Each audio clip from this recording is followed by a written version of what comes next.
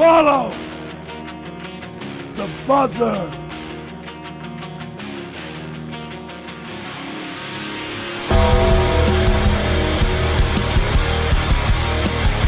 Rest in peace.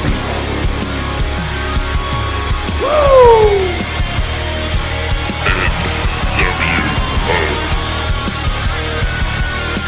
The best there is, the best there was, and the best ever will be. What you gonna do, brother? Hey, yo. Can you see me now? Strategy my Oklahoma ass. Life sucks, and then you die.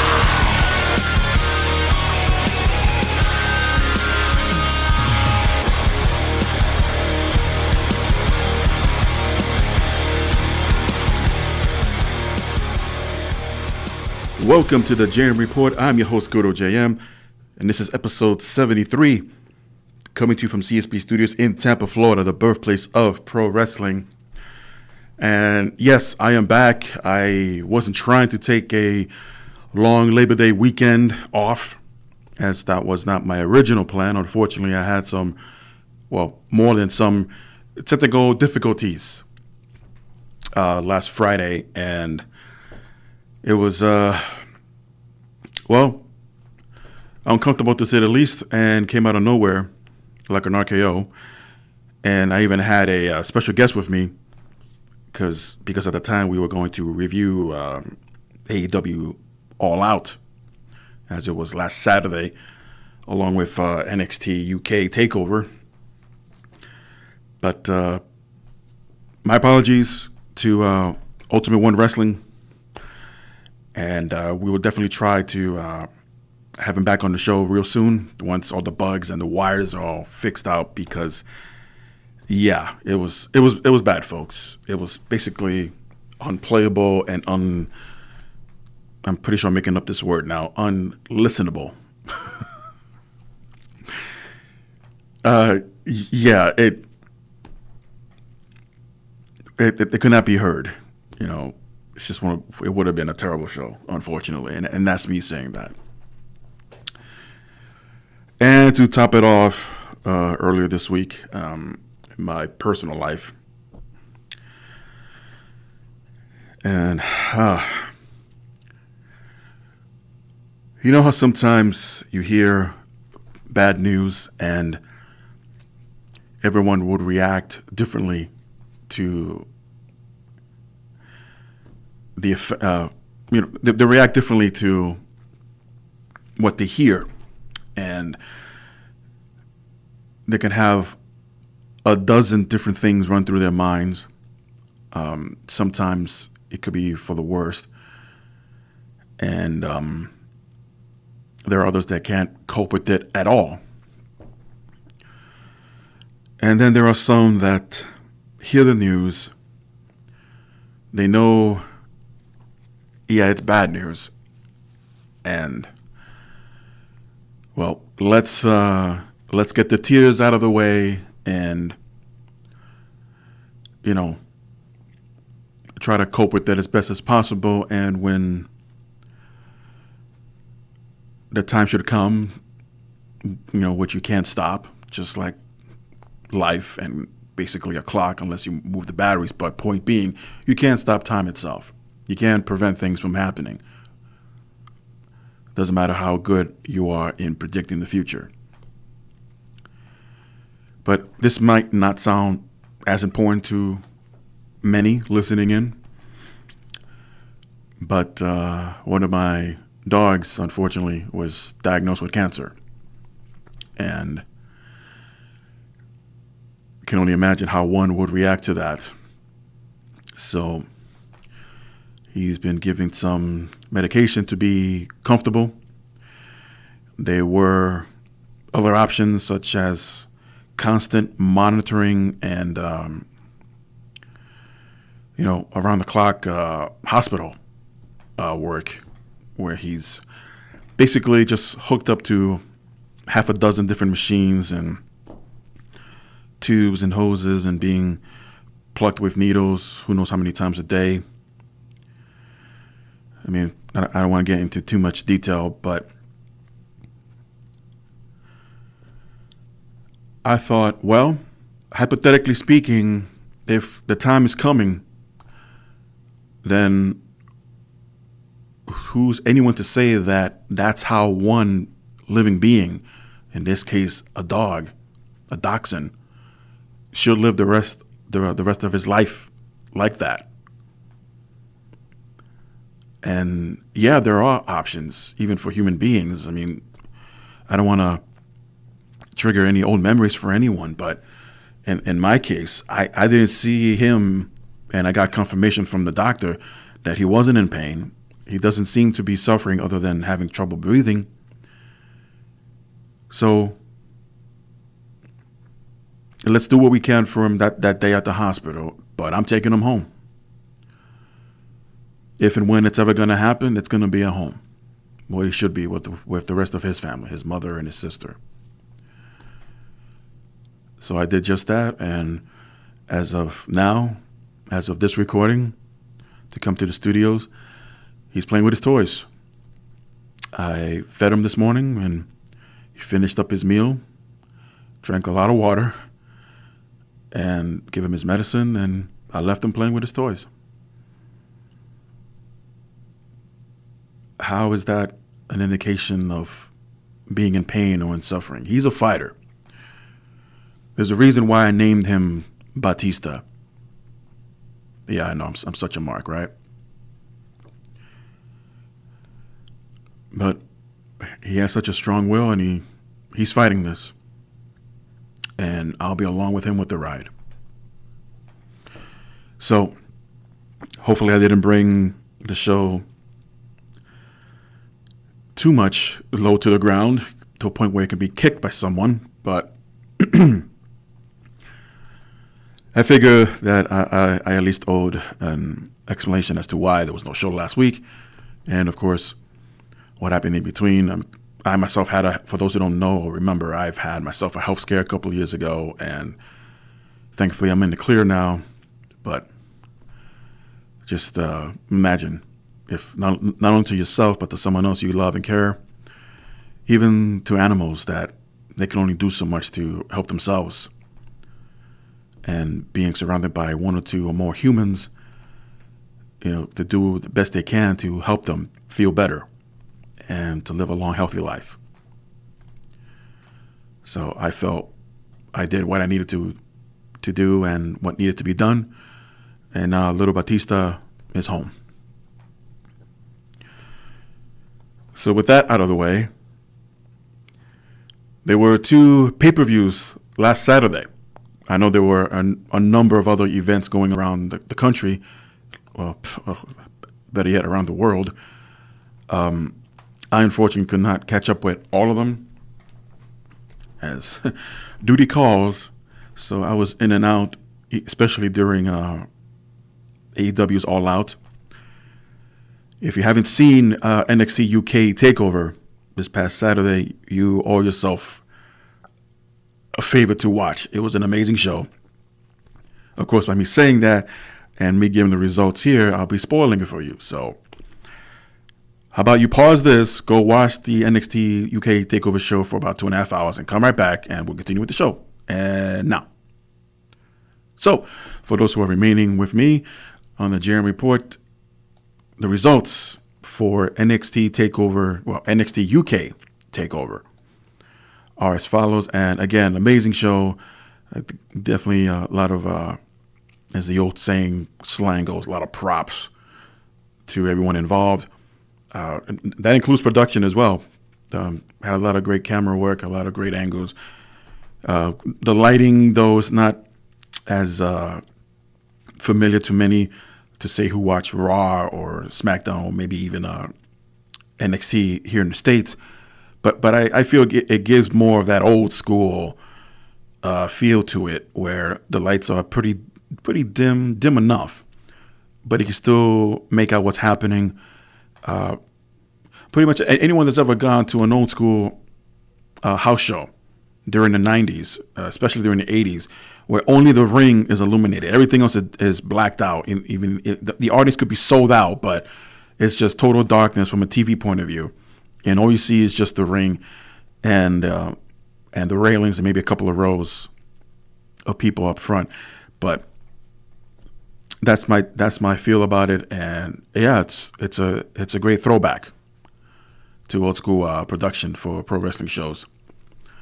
With that said, here are the NXT UK TakeOver results.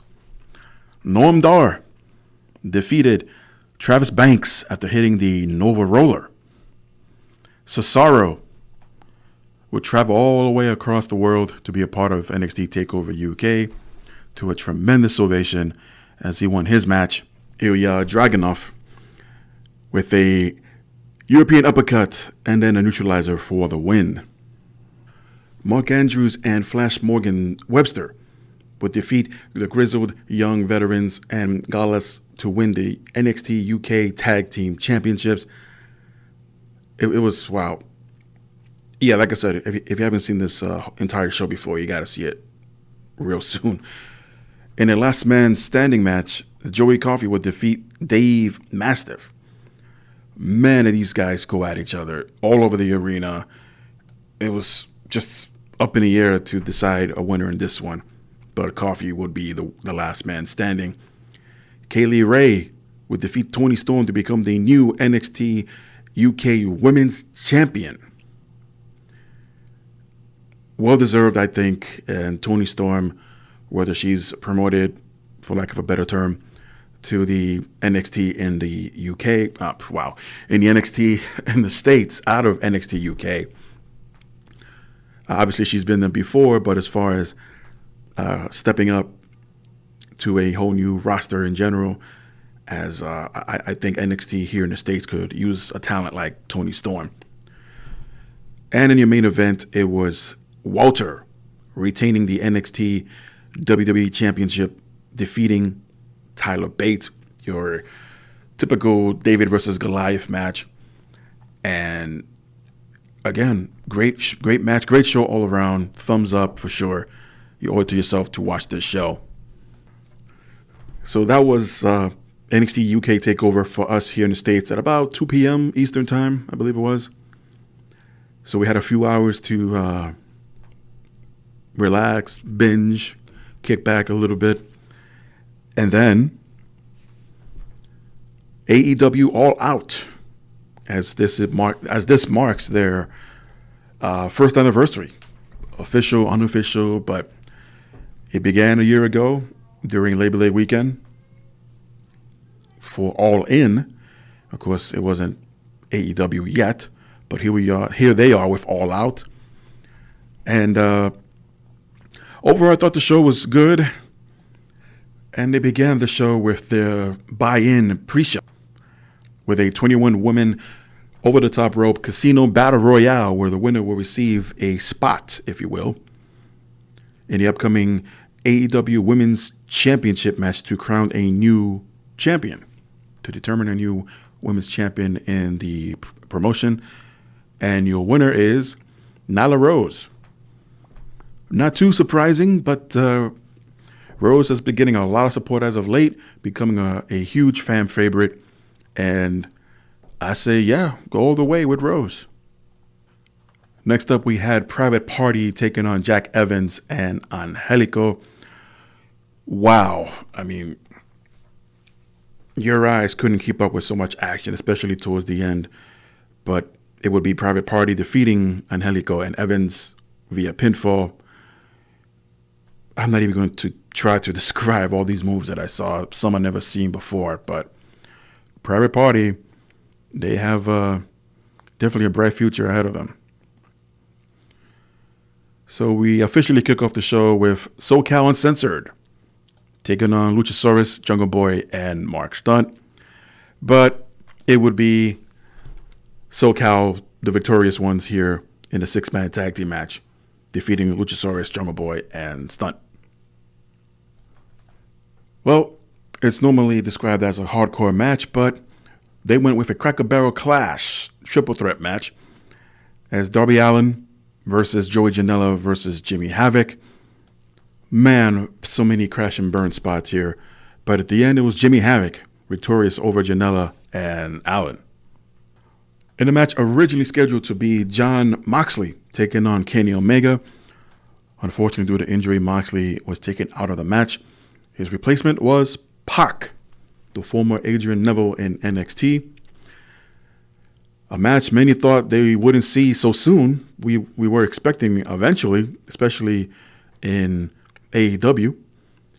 But in a very surprise maneuver, or as far as booking decisions go, Pac will be victorious over Kenny Omega due to referee stoppage.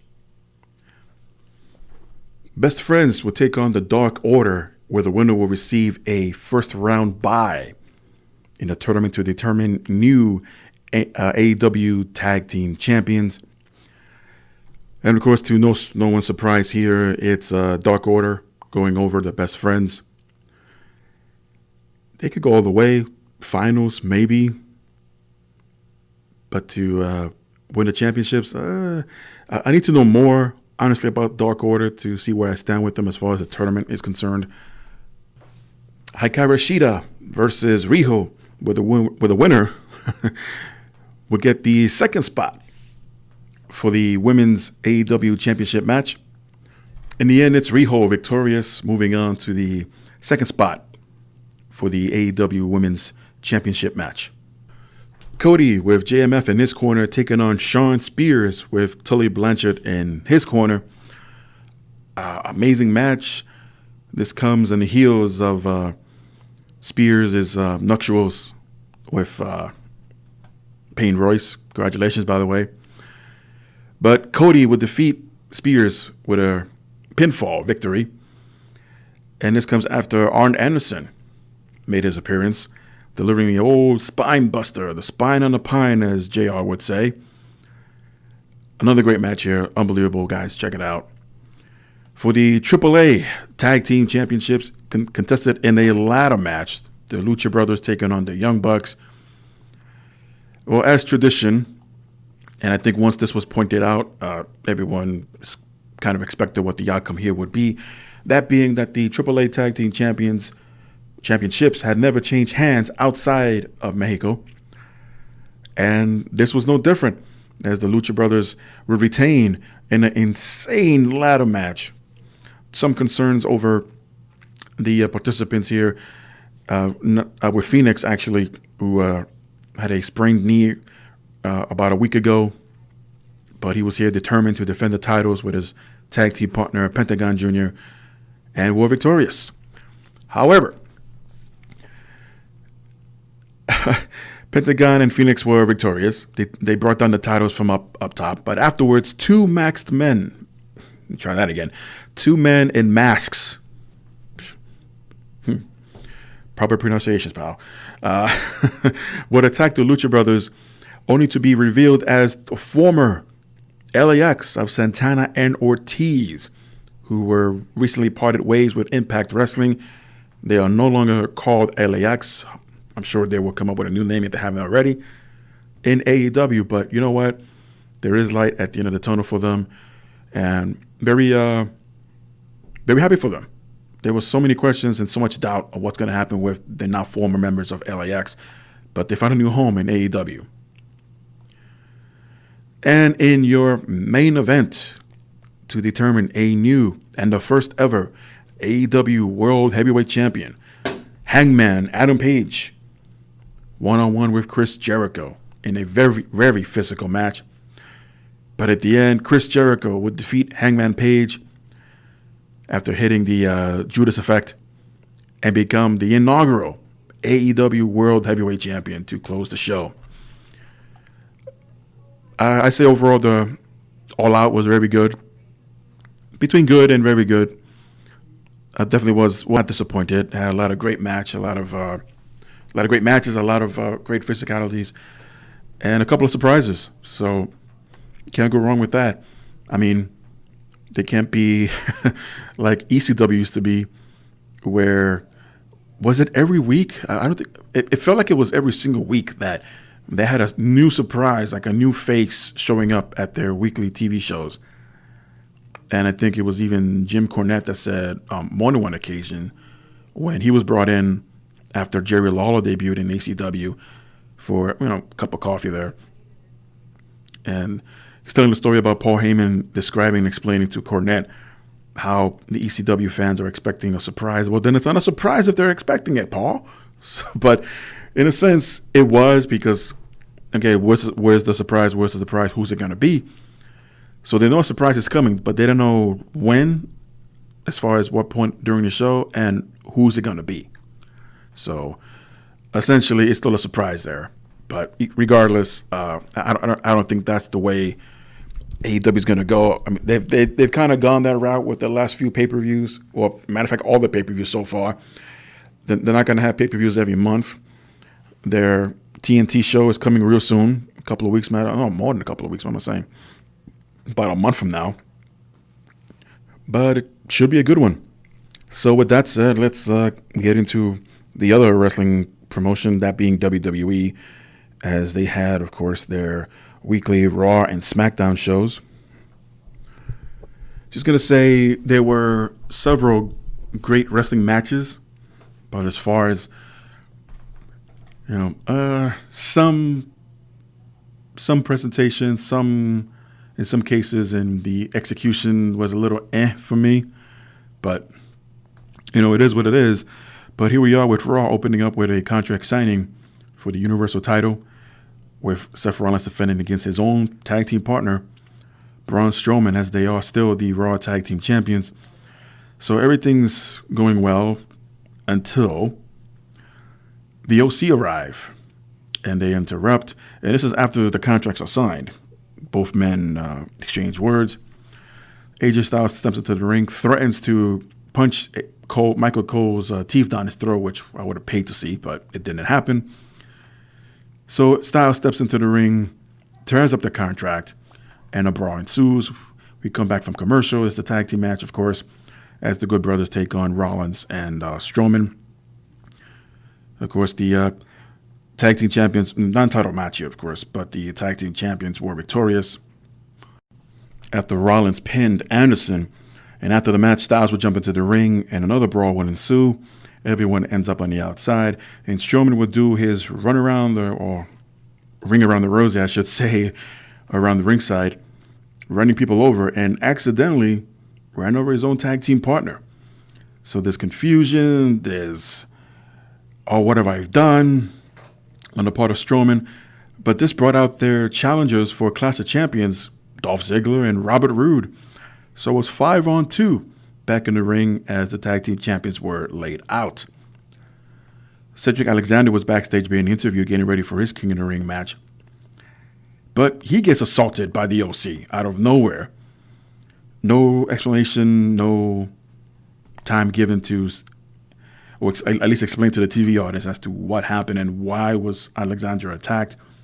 Maybe frustration out of the OC, maybe bad place, wrong time scenario, but Alexander will continue. We will see him a little bit here to compete in the King of the Ring tournament. But Ziggler and Roode were still in the ring after the beatdown to the Raw Tag Team Champions, as they had a match against Kurt Hawkins and Zack Ryder. The match was short, unfortunately, as Ziggler and Roode would win the match. So thanks for coming, guys. Lacey Evans was back on Raw, and she took on Natalya.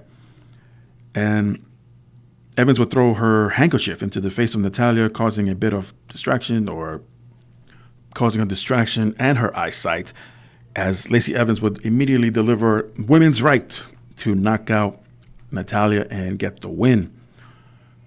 Becky Lynch, Raw Women's Champions, cut a promo on Sasha Banks. Of course, this brings out Sasha Banks, and Banks challenges Lynch for the Raw Women's title at Clash of Champions. We get into our first quarterfinals match for the King of the Ring tournament, as Cedric Alexander, as beaten as he is, will take on Baron Corbin. So between the beating from the OC and here in Baron Corbin, Cedric was selling his injuries like crazy and already sustaining them.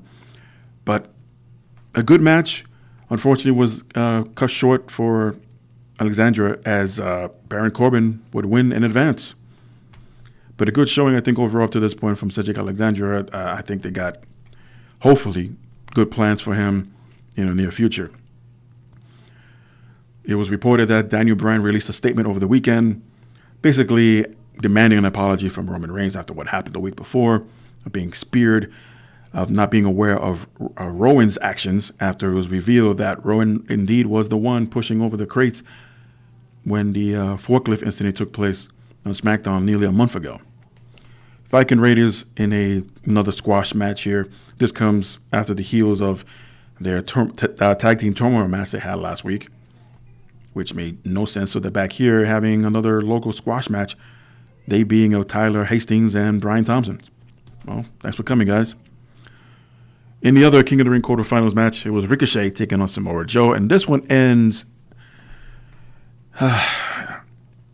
as if they find ways and reasons to want to use the word controversial, because it's a word that exists, and we must have some kind of controversy on a regular basis. So I guess here it is for this, where the referee counted both men's shoulders to the mat, only realizing after the 3 count and after the bell rang.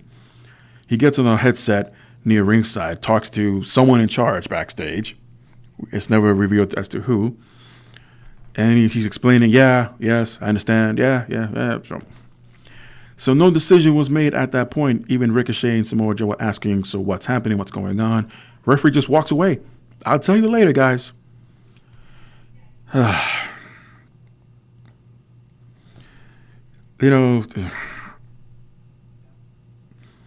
They could have continued the match. I mean, you guys couldn't find a winner here, so, well, it's not like they're incapacitated or something. Continue the match. But when it's convenient, they try to be, they being WWE, sports-related or sports-themed, even though they're not a sport, but they still get sports money, go figure. And they pull some crap like this where, well, how is this entertaining? Who's the winner? Because there were more people, especially in the arena, like, "Oh, come on!" reaction rather than, "Okay, we'll see what's next. We'll see what they come up with." Granted, it does generate curiosity, but they were more like, "Ugh," rather than, "Ooh, let's see what happens next." Well, it'll be determined later on in the show that since there was no winner to face Baron Corbin in the semifinals, that match will now be a triple threat, first time ever in the King of the Ring tournament, at least that I'm aware of, in order for the winner of that match to go on to the finals as Baron Corbin versus Ricochet versus Samoa Joe. But because they're going to be at Madison Square Garden next week for SmackDown and Raw, they need a number, brother. They need to pop that rating. And well, since I'm on the subject already, speaking of popping a rating, because the opening segment of the contract signing didn't go so well, and the moderator, Cole, who sucks anyway, couldn't keep Law and Order, they're going to bring back Stone Cold Steve Austin to be the new moderator and make sure that the contract signing goes flawlessly to make it official at Clash of Champions for the Universal title, Seth Rollins defending against Braun Strowman.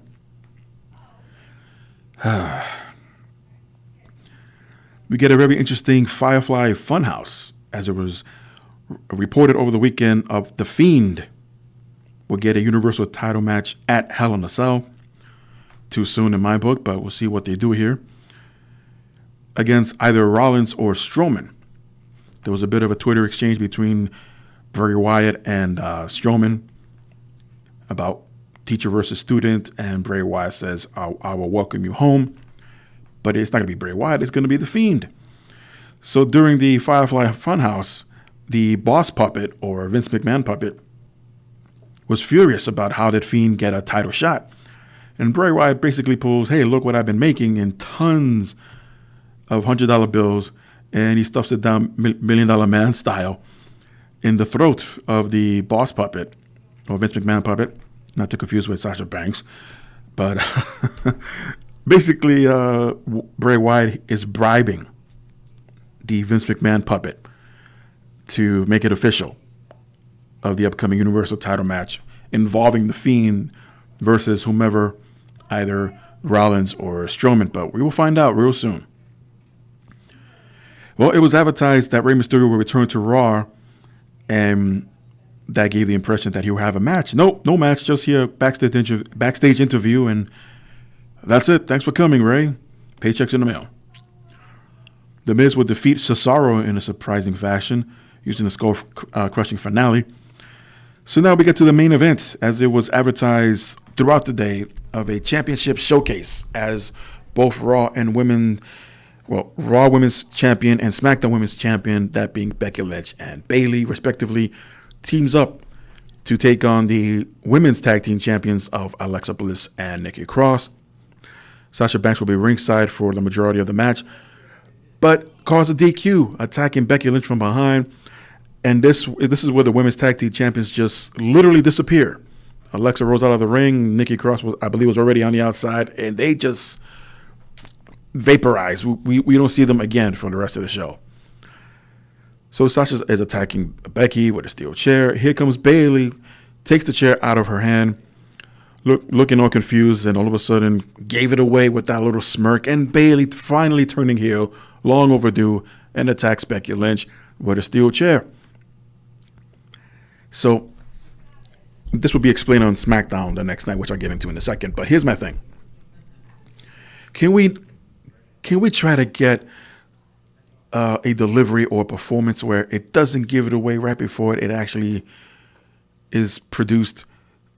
You know, how many times do we see face-offs where supposing one of them being a heel going into the segment or to the spot here, only for them to smirk or smile or give a nod or something, to basically giving it away that they're going to side with the heel and attack another baby face that's in the ring.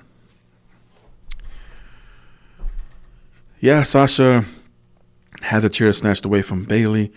You know, why couldn't just Bayley seem like she was arguing with Sasha?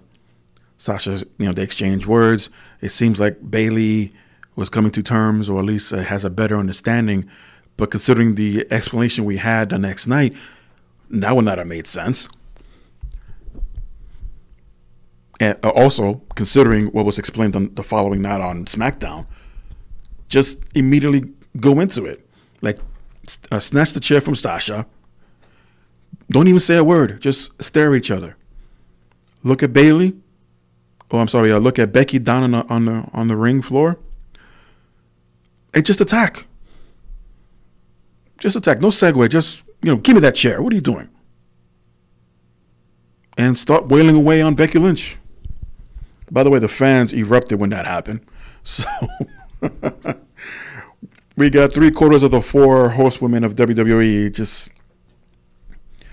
basically, I don't want to get too much into this, but, there was a similar circumstance. Was it last year at SummerSlam where Becky Lynch?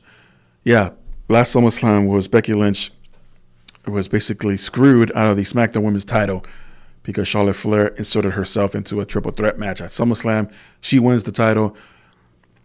Becky looks to congratulate Charlotte, but she just turns on Charlotte. Supposed to be a heel, but because the way it was written, how Charlotte Flair inserted herself, the fans just turned on Charlotte. Like, no, how can you do that? Well, clearly creative nor anyone else in WWE listened to the fans. So by default, Charlotte became heel no matter what. And Becky, in time, even after Survivor Series, would become the babyface and, main event WrestleMania and still the champion. So with Bayley attacking Becky and getting the ovation that she had, I don't know what they're going to do here. It's a bit of a case of deja vu. Maybe not try to explain too much like they did on SmackDown the next night, as Bayley opened up the show, pretty much saying that Sasha Banks is her BFF and wants to be her, well, not only her best friend, but also a role model to all the children around the world. And this would bring out Charlotte Flair. They exchange words. Out comes Sasha Banks. They exchange words, and this becomes a 2-on-1 attack in the ring. So almost a repeat of last year, only reverse, and there's an extra player added or two. So now that it's a copy and repeat from the ending of Raw into the opening of SmackDown. So now the four horsewomen are yet split again. As Charlotte and Becky more than likely will find common ground and realize that they have the same enemies in Sasha and Bayley as they beat the crap out of Charlotte Flair.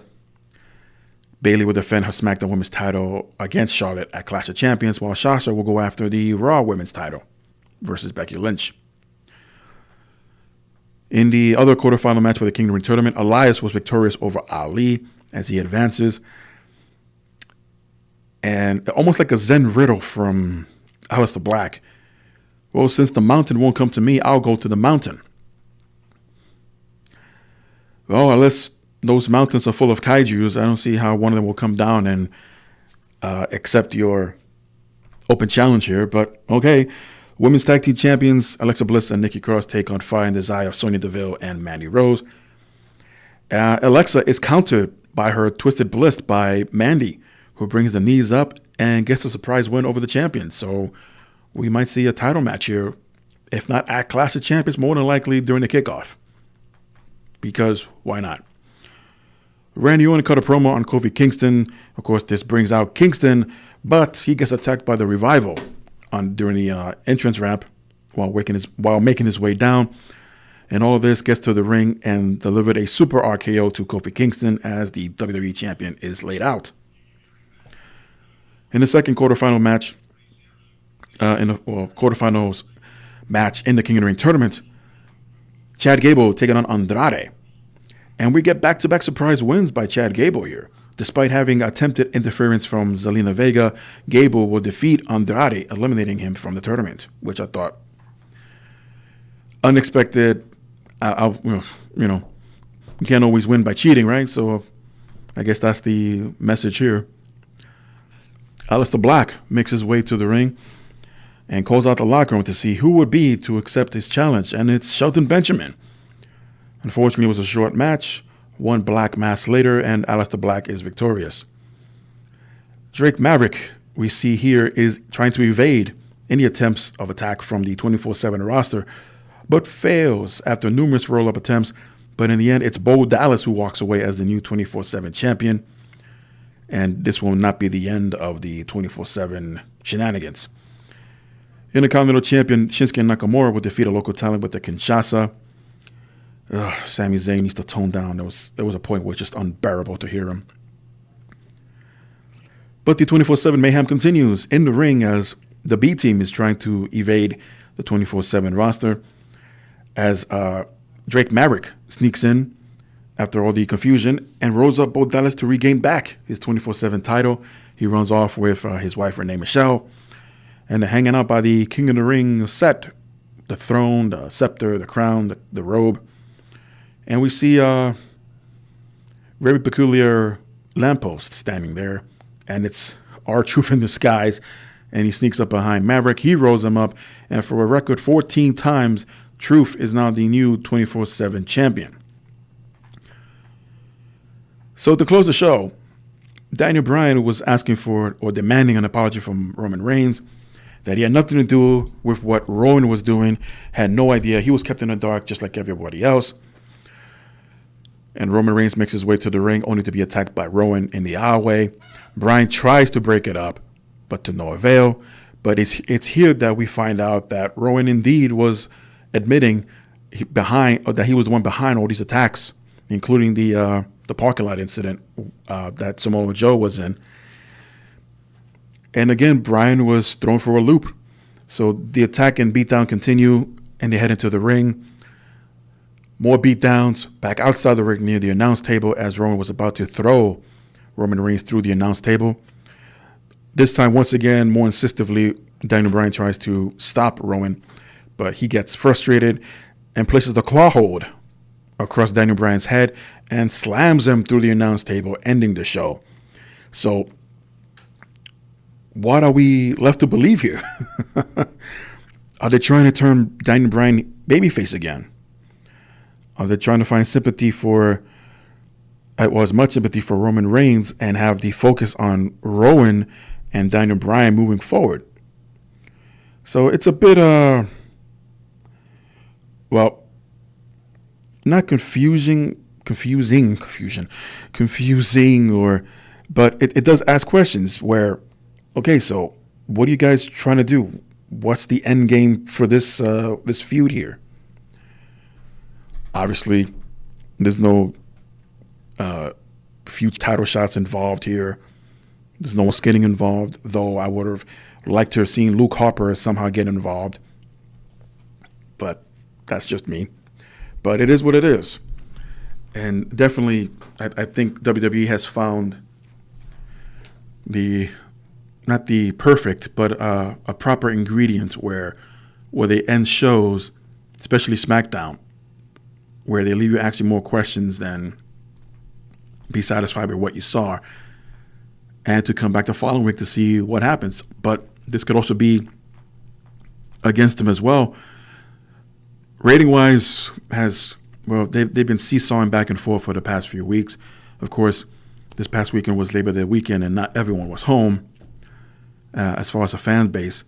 But it's averaging just under 2 million. So I don't know if they're looking for a 3 or 4, just because the Raw and SmackDown shows next week will be out of Madison Square Garden. First time in a long time. I don't know. Been a few years for sure. But won't be surprised if they end up announcing a couple of title matches this weekend on social media, again, to generate more buzz and bring in more people to watch. But we'll see, And the funny thing is, they really don't need to be worrying about the ratings anymore. They don't. They got sponsors and advertisement left and right, up and down, in and out, you name it. So what financial woes could they possibly have if that's the case? They made it clear ratings don't mean anything. Ratings are nothing anymore. And by that logic, and if USA Network doesn't ever come out with a statement saying like, well, if your ratings drop below these numbers again, we got to do something, which I doubt. They provided so much content for USA Network on a weekly basis, not to mention NXT coming up, and still rumored yet a Friday night show. So I don't see USA Network, pulling the plug, so to speak, or threatening to take Raw or SmackDown off the air, or much less make Raw a 2-hour show again. Doubtful. So the biggest news of the week, which, considering how everything turned out, was just for that reason. As, Chris Jericho apparently had his newly won AEW Championship belt stolen. Fightful.com was able to confirm a police report indicating that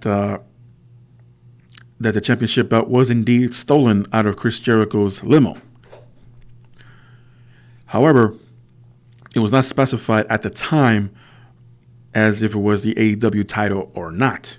As we all know, Chris Jericho is the greatest of all time, and maybe likes to take his previously won championship belts from other promotions on a plane ride or car trip, road trip somewhere around town. So the Tallahassee Police Department out here in Florida confirmed to Fightful that the investigation is still open.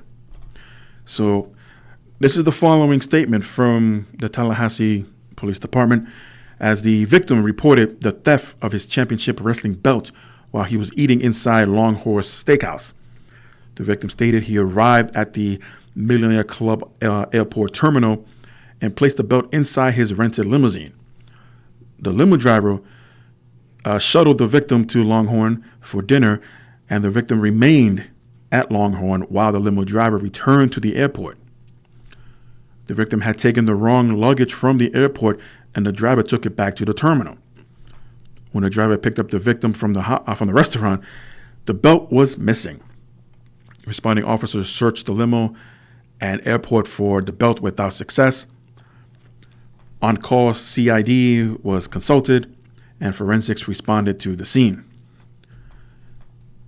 and ended up with Chris Jericho's full name and date of birth. So the news broke Tuesday afternoon this week that it was missing. At no point, because there were some reports indicating that Jericho was just blasted, and because of that is how and why he lost the belt to begin with. Yes, Jericho's been putting out a lot of social media videos where he's drinking the bubbly, and I mean there could be a number of reasons why he's doing so much. You know, maybe to relax, maybe he has another upcoming Fozzy tour. Who knows? But you know, at least he wasn't the one behind the wheel of the limousine, so he's being that much responsible. So things got weird later on. Matter of fact, between Wednesday and Thursday, as the Tallahassee police shared on the Facebook page that they found the belt. They were on Twitter as well, sharing a photograph holding up the championship belt by looked to be an officer in plain clothing, saying that Chris Jericho, we have something that belongs to you. Celebrate with hashtag a little bit of the bubbly, responsibly, of course. Those posts were immediately taken down and then put back up again, only to be taken down again. So this caused a lot of confusion. So the question is asked, is this a work? Is this a work? And there was more information. The Tallahassee, this is not an individual. This is actually a media outlet out here called the Tallahassee Democrat. Has a full interview with the man who found the AEW Lost Championship. A Florida resident by the name of Frank Price found the belt while driving home with his wife.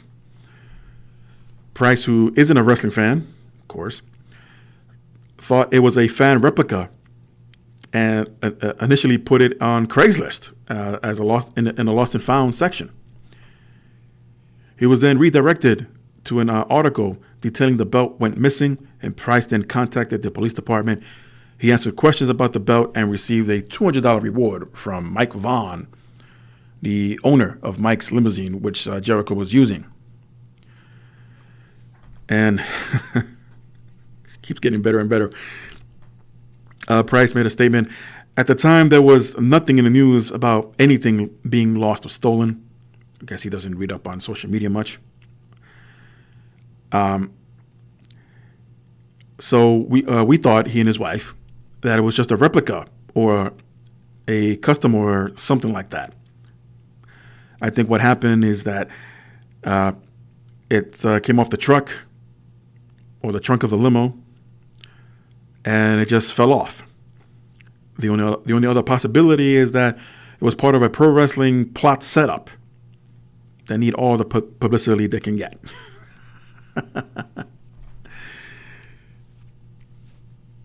Would you really be surprised if that's what really happened? And this is coming from Price, a non-wrestling fan, supposedly. And this is all the details I'm going to share, because any further, it's just going to raise more questions than answers. But one thing for sure is that there was a legit police report. Now, I'm sure everyone here listening knows, especially if you watch a lot of news as of late, anyone filing a false police report, that's a arrestable offense. I would hate to believe that there was some leeway or leniency or something else going on behind the scenes between a wrestling promotion, or maybe not even AEW in general had anything to do with this, but Chris Jericho individually, because living out here for so long, you make friends, you make connections. And to pull off, by the way, this is all hypothetical and this is alleged, to pull off a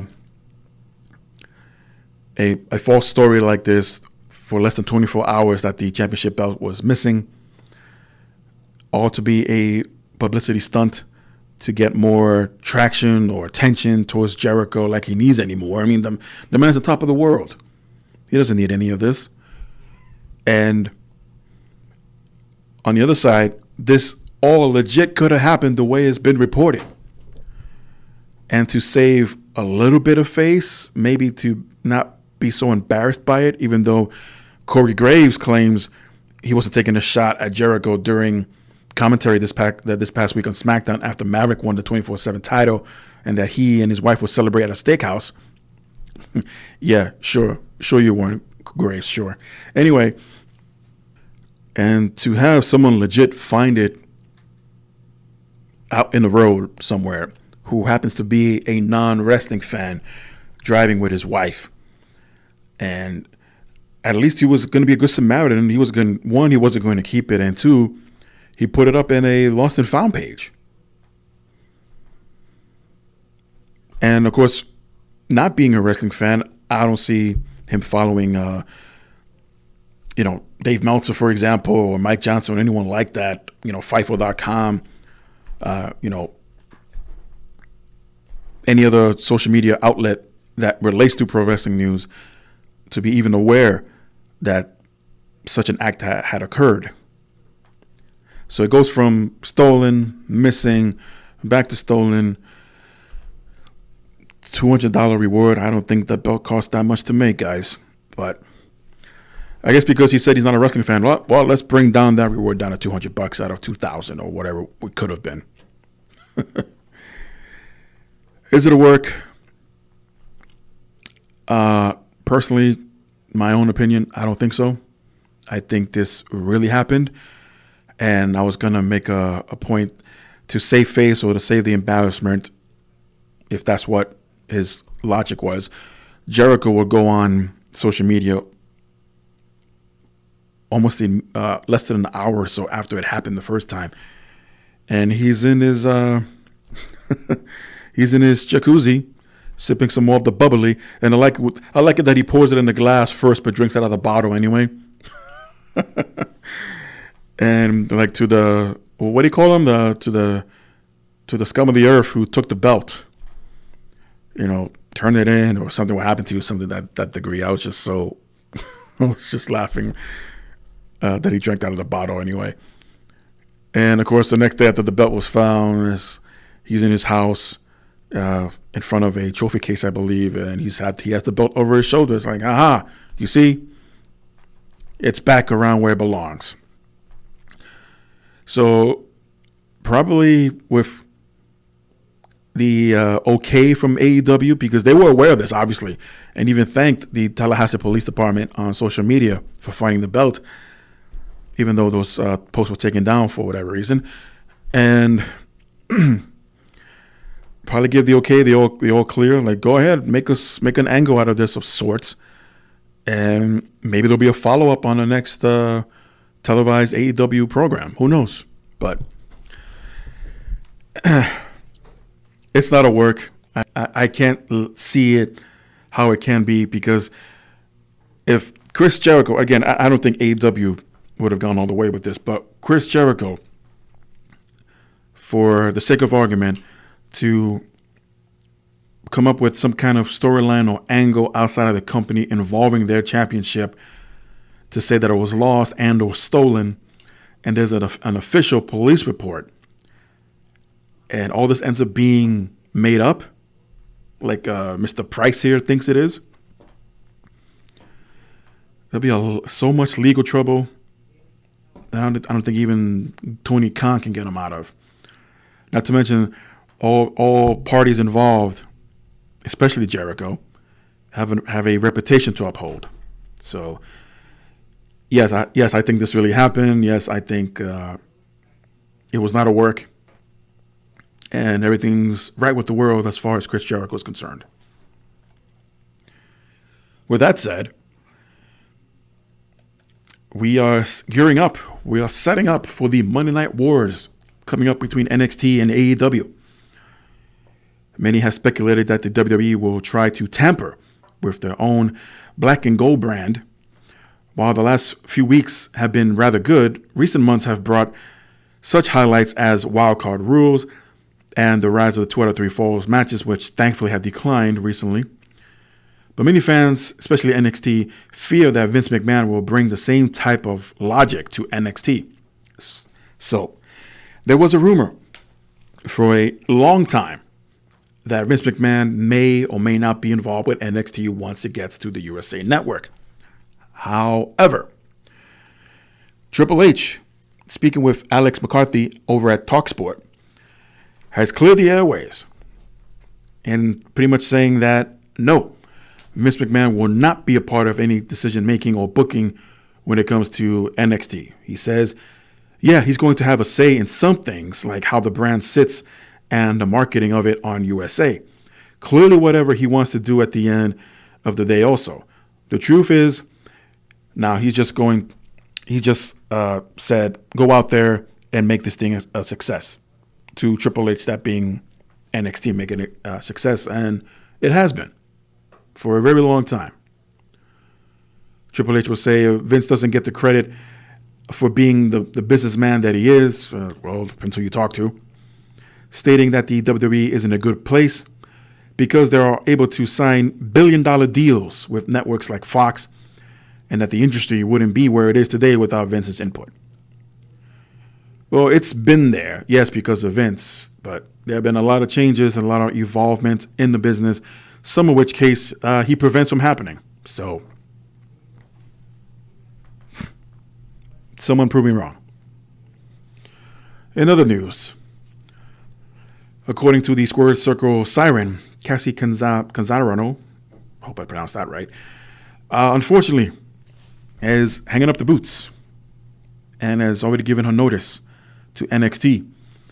She is known for the American Ninja Warrior fame, and after a back injury that she sustained, has decided to quit and forfeit her career in pro wrestling. As of right now, there are no further details of this, but it's unfortunate. I thought she brought a lot to the table. She shined in the inaugural, no, sorry, it wasn't the inaugural. It was the second Women's Royal Rumble. I thought she shined really well there, mixed up with a lot of great talent, both big and small. But I understand. And it's very similar in some cases, in some aspects, to the Royal Hawaiian from Glow, one of the original gorgeous ladies of wrestling, during a training session. She unfortunately injured her back and could no longer continue wrestling, but she stayed on board with Glow in a manager capacity. But if you ask her, I'm pretty sure she'll say something like she missed returning to the ring shortly after the back injury. But, you know, usually the doctors are right about a lot of things, and you don't want to risk any further injuries. Kenta was victorious at New Japan Pro Wrestling's Royal Quest over the weekend, winning and became the new openweight champion.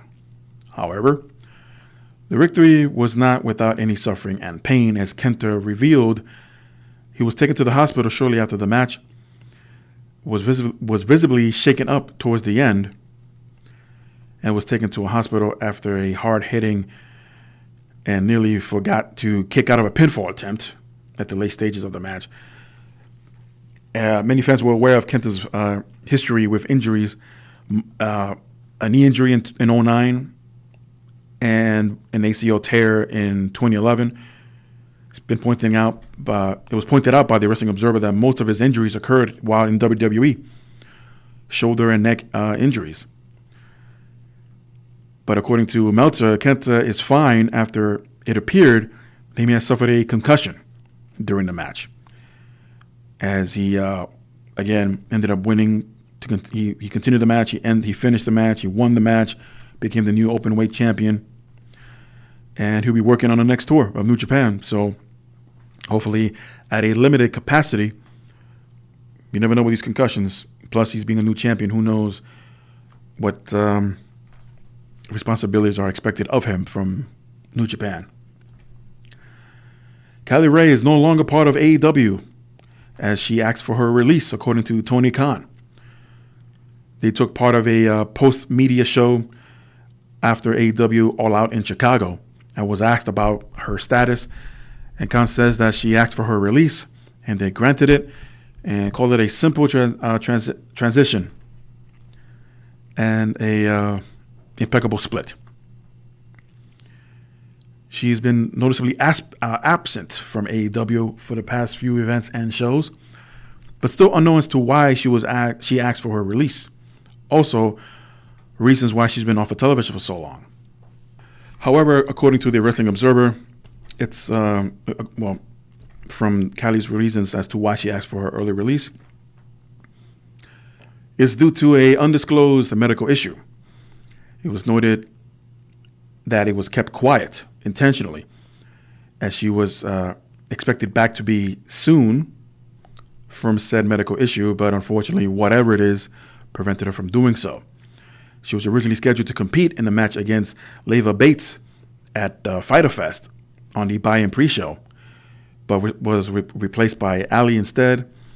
She did compete at Double or Nothing in May as she fell to Britt Baker and Rose and Awesome Kong in a fatal four-way. Tony Khan did not elaborate any further as to why Callie asked for her release. So it's another unfortunate issue, in this case being a possible medical condition or medical issue. Talking about before being a physical injury, to have anyone come to a decision to call it quits. It's really unfortunate. It really sucks. And not to mention that they're very young. Started so young in the business, and basically a handful of years later, they're calling it quits. It just really, really sucks. Ric Flair has filed a trademark to nickname the slogan and the phrase of The Man. The application notes that the name would be used for entertainment services, including wrestling exhibitions, live appearances, and performances. Becky Lynch has been using this nickname for quite some time now, and it will be interesting to see what the decision is made pending on the application. Lynch commented that the Man nickname for a few months, saying that I took the top spot, and when I said I'm the top dog, I'm the top star, I'm the face of the company. I am now the Man. And that's how it came about. I guess. Could have stopped short at the Man, but okay. Of course, Ric Flair has noted that he's been using "To Be the Man" slogan since 1981, has had merchandise produced with the term, and even released an autobiography under the same title. So, what is going to happen here?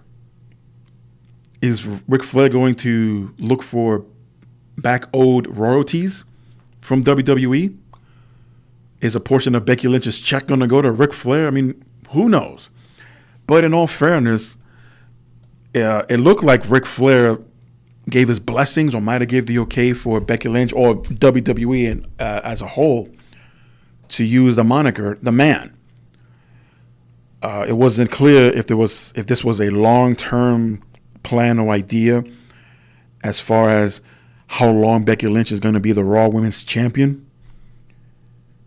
So what happens when she drops the title to whomever? Is Becky Lynch expected to be known as The Man, be announced as The Man, so on and so forth? A lot of questions here. I don't know if Ric Flair's planning to sue WWE if none of this wishes are fulfilled.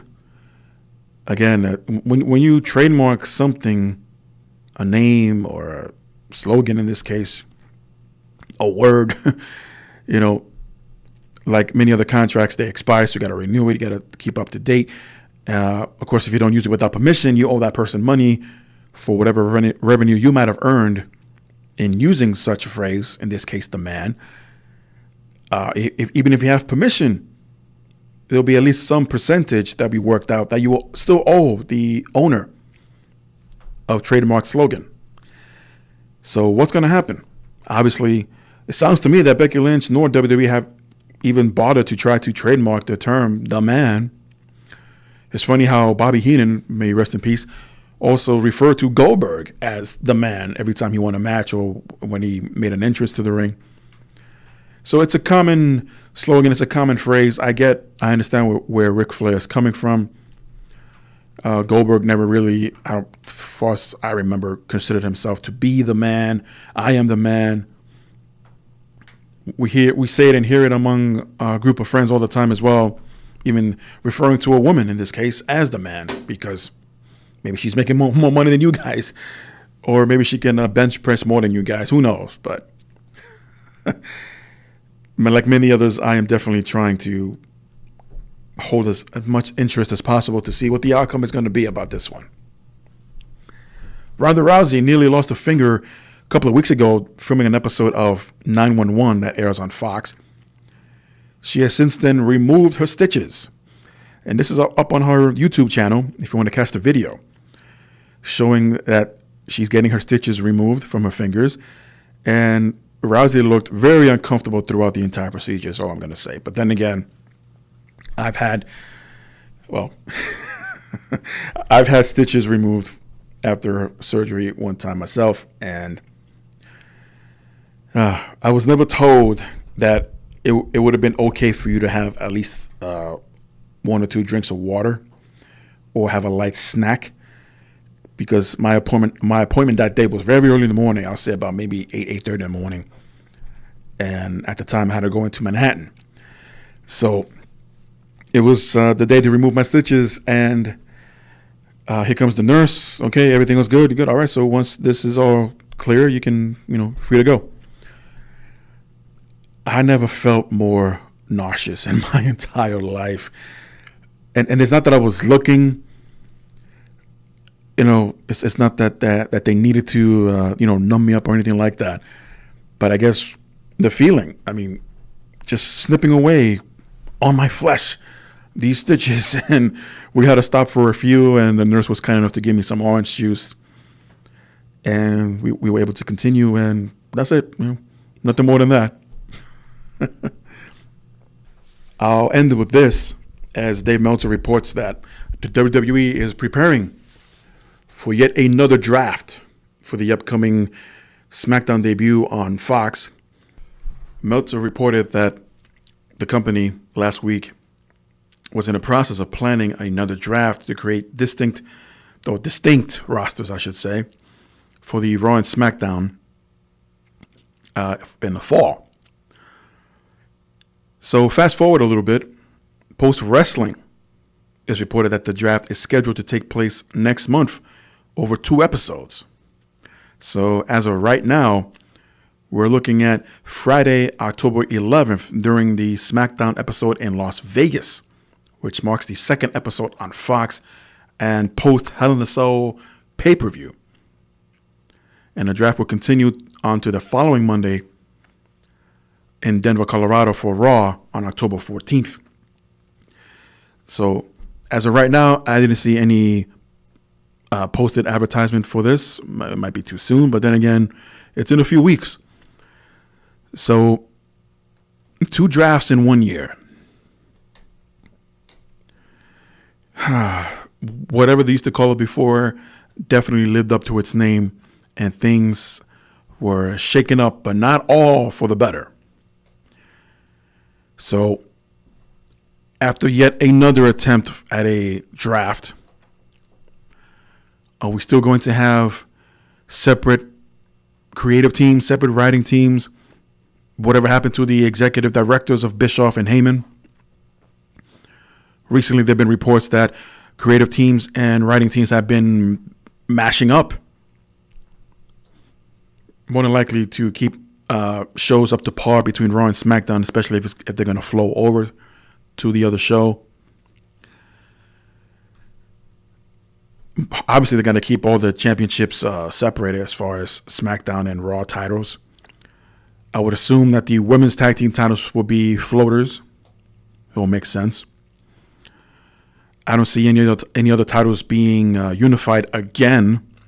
Make no sense. So unless they're going to have SmackDown Women's Tag Team Champions and Raw Women's Tag Team Championships anytime soon, just try to balance out what just as a draft should be, to balance out the superstars' popularities and still have enough room left over to elevate and get behind other talent that's not been given the opportunity as of late, to be honest. TV time is very important to a talent, and without being advertised or without being showcased properly, they'll be all but forgotten. Worst case is you're going to realize, we haven't used them in so long. All right, you're released. Just got nothing for you. We'll release you. Have you noticed that they haven't done anything like that lately? I'll say in the past year or so, that a talent was released because they had nothing for them. Especially if their names were created from WWE or their character was created in WWE. You don't want that person going to AEW or anywhere else. And after all that time and effort and whatever time they spend on television, only for someone else to pick up the slabs and create a new superstar out of that person who portrayed a previous superstar elsewhere. It's funny how the business works, but it is what it is. With that said, thoughts and prayers go out to everyone affected by Hurricane Dorian in the Bahamas and its surrounding areas. It's currently up the East Coast, heading into the Carolinas. Everyone stay safe, be vigilant, and be aware of your elderlies and your animals. Hope everyone has enough supplies and they can see through this, and that the damage is not as bad as everyone is expecting it to be. Once again, just want to thank those who were showing concern early in the week. They know who they are about my situation. At the end of the day, everything's going to be fine. I know it will. But thank you for your concerns and your thoughts and prayers. And hope everyone enjoy their long extended weekends, regardless of a lot of spots being threatened by storms. And that kids are back in school, folks, so drive carefully out there. Be vigilant. Be aware of school bus stoppage. And look out for those stop signs. When they flash, that means you got to stop. Kids will be crossing the streets. I've been seeing and hearing too many reports and stories about kids being hit by cars just trying to go home. So let's all learn from past lessons and not repeat them. Thank you once again. It's AEWJM. Till next time.